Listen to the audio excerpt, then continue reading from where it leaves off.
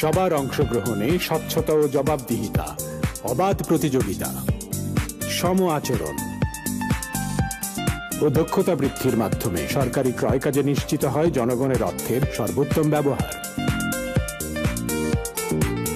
সরকারি অর্থে কোনো পণ্য, কার্য, সেবা কেনা বা সংগ্রহ করার প্রক্রিয়াই হল সরকারি ক্রয় বা পাবলিক প্রকিউরমেন্ট।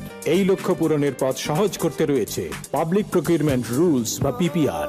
সরকারি ক্রয় প্রক্রিয়ার প্রতিটি পর্যায়ে পিপিআর এর মাধ্যমে নিশ্চিত হবে অর্থের সর্বোত্তম ব্যবহার। জনগণ পাবে উন্নয়নের শতভাগ সুফল।